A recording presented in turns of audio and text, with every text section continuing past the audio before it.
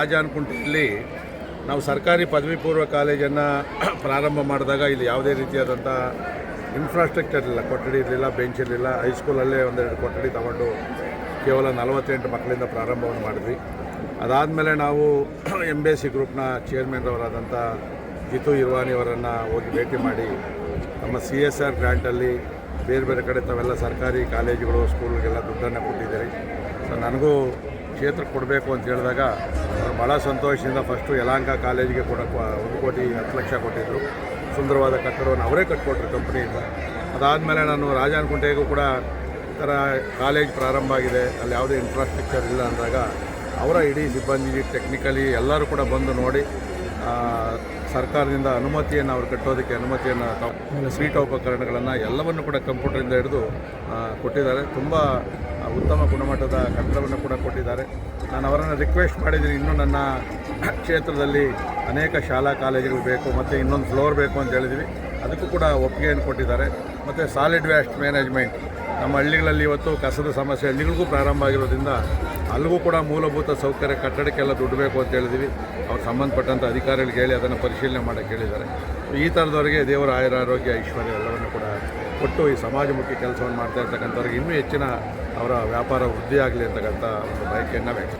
ನಾನು ಮೊದಲನೇದಾಗಿ ಈ ಒಂದು ಕಟ್ಟಡದ ದಾನಿಗಳು MBSC ಗ್ರೂಪ್ನ ಅಧ್ಯಕ್ಷರಾದಂಥ ಜಿತು ಇರ್ವಾನಿ ಅವರಿಗೆ ನಾನು ಕೃತಜ್ಞತಾ ಧನ್ಯವಾದಗಳನ್ನು ಅರ್ಪಿಸ್ತಾ ಇದ್ದೇನೆ. ಕಾರಣ ಏನಪ್ಪ ಅಂತಂದರೆ ಎಷ್ಟೋ ಕಂಪನಿಗಳು ಬರ್ತವೆ ಹೋಗ್ತವೆ, ಆದರೂ ಕೂಡ ಯಾರೂ ಕೂಡ ಈ ರೀತಿ ಉದಾರವಾಗಿ ದಾನವನ್ನು ಮಾಡೋದಿಲ್ಲ. ಅಂಥ ಒಂದು ಸಂಸ್ಥೆ ನಮ್ಮ ಯಲಹಂಕ ಭಾಗದಲ್ಲಿರೋದು ನಮ್ಮ ಸುದೈವನೇ ಸರಿ ಅಂತೇಳಿ ಭಾವಿಸ್ತೇನೆ. ಅವರು ದಾನ ಮಾಡೋದು ಎಷ್ಟು ಮುಖ್ಯನೋ ಅದನ್ನು ಪಡ್ಕೊಳ್ಳೋಂಥ ಶಕ್ತಿ ಇರುವಂಥದ್ದು ಕೂಡ ಅಷ್ಟೇ ಮುಖ್ಯ ಆಗುತ್ತೆ. ನಮ್ಮ ಕ್ಷೇತ್ರದಲ್ಲಿ ನಮ್ಮ ಶಾಸಕರು ಮೊದಲನೇ ಬಾರಿಗೆ ಇಲ್ಲಿ 2008ರಲ್ಲಿ ಶಾಸಕರಾದ ಮೇಲೆ ಎಲ್ಲೆಲ್ಲಿ ಸರ್ಕಾರಿ ಶಾಲೆಗಳಿದ್ವು, ಕಾಲೇಜುಗಳಿದ್ವು, ಎಲ್ಲ ಶಾಲಾ ಕಾಲೇಜುಗಳನ್ನು ಉನ್ನತ ಸ್ಥಾನಕ್ಕೆ ಏರಿಸಬೇಕು ಅಂತೇಳಿ ಎಲ್ಲ ದಾನಿಗಳನ್ನು ಸಂಪರ್ಕ ಮಾಡಿ ಅವರಿಂದ ಒಳ್ಳೊಳ್ಳೆ ಕಟ್ಟಡಗಳನ್ನು ನಿರ್ಮಾಣ ಮಾಡಿಕೊಂಡು ಇವತ್ತು ರಾಜ್ಯದಲ್ಲೇ ಒಳ್ಳೆಯ ಶಾಲಾ ಕಾಲೇಜುಗಳನ್ನು ನಿರ್ಮಾಣ ಮಾಡಿದ್ದಾರೆ. ನಮ್ಮ ರಾಜಾನಕುಂಟೆಗೂ ಅಷ್ಟೇ ಶಾಸಕರಲ್ಲಿ ಮೊದಲನೇ ಬಾರಿ ಆಯ್ಕೆ ಆಗೋದಕ್ಕಿಂತ ಮುಂಚೆ ಕೇವಲ ಮಿಡ್ಲ್ ಕ್ಲಾಸ್ ಅಷ್ಟೇ ಇತ್ತು. ಅದಾದ ನಂತರ ಶಾಸಕರು ಇಲ್ಲಿ ಒಂದು ಹೈಸ್ಕೂಲನ್ನು ಕೂಡ ಮಂಜೂರು ಮಾಡಿದ್ರು. ಅದಾದ ಮೇಲೆ ಒಂದು ಪದವಿ ಪೂರ್ವ ಕಾಲೇಜನ್ನು ಕೂಡ ಮಂಜೂರು ಮಾಡಿ ನಮಗೆ ಸುಸಜ್ಜಿತ ಕಟ್ಟಡ ಇರಲಿಲ್ಲ.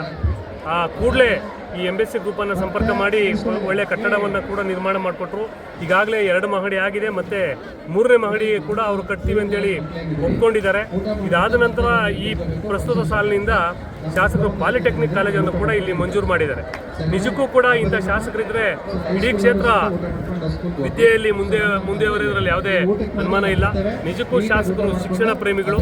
ಯಾವುದೇ ಬಡ ವಿದ್ಯಾರ್ಥಿಗೂ ಶಿಕ್ಷಣ ಸಿಗದೇ ಇರಬಾರ್ದು, ವಂಚಿತರಾಗಬಾರ್ದು ಅಂತೇಳಿ ಎಲ್ಲ ಸವಲತ್ತುಗಳನ್ನು ನೀಡಿ ನಮ್ಮ ಕ್ಷೇತ್ರದಲ್ಲಿ ಮುನ್ನಡೆಸ್ತಾ ಇದ್ದಾರೆ. ನಿಜಕ್ಕೂ ಅವರಿಗೆ ಮುಂದಿನ ದಿನಗಳಲ್ಲಿ ದೇವರು ಮತ್ತಷ್ಟು ಬಡವರಿಗೆ, ಬಡ ವಿದ್ಯಾರ್ಥಿಗಳಿಗೆ ಸಹಾಯ ಮಾಡುವಂಥ ಶಕ್ತಿ ಮತ್ತಷ್ಟು ಕೊಡಲಿ. ನಾನು MBSC ಗ್ರೂಪಲ್ಲೂ ಕೂಡ ದೇವರಲ್ಲಿ ಕೇಳ್ಕೊತೀನಿ, ಅವರು ಮತ್ತಷ್ಟು ಶಾಲಾ ಕಾಲೇಜುಗಳನ್ನು ಬಡವರಿಗಾಗಿ, ಬಡ ಮಕ್ಕಳಿಗಾಗಿ ನಿರ್ಮಾಣ ಮಾಡಿ ಅವರಿಗೆ ವಿದ್ಯೆಯನ್ನು ಸಿಗುವಂಥ ನಿಟ್ಟಿನಲ್ಲಿ ಕೆಲಸ ಮಾಡಲಿ ಅಂತೇಳಿ ನಾನು ದೇವರು ಮತ್ತಷ್ಟು ಶಕ್ತಿ ಕೊಡಲಿ ಅಂತೇಳಿ ಮನವಿಯನ್ನು ಮಾಡ್ತೇನೆ. ಧನ್ಯವಾದಗಳು.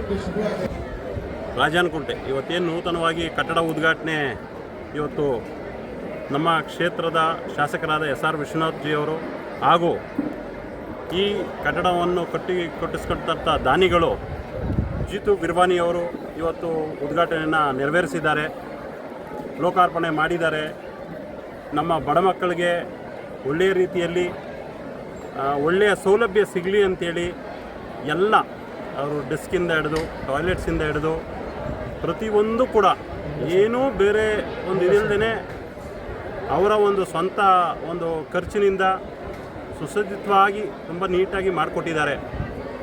ಅದೇ ರೀತಿಯಾಗಿ ಸುಮಾರು 4,25,00,000 ವೆಚ್ಚವನ್ನು ಕೂಡ ಮಾಡಿದ್ದಾರೆ.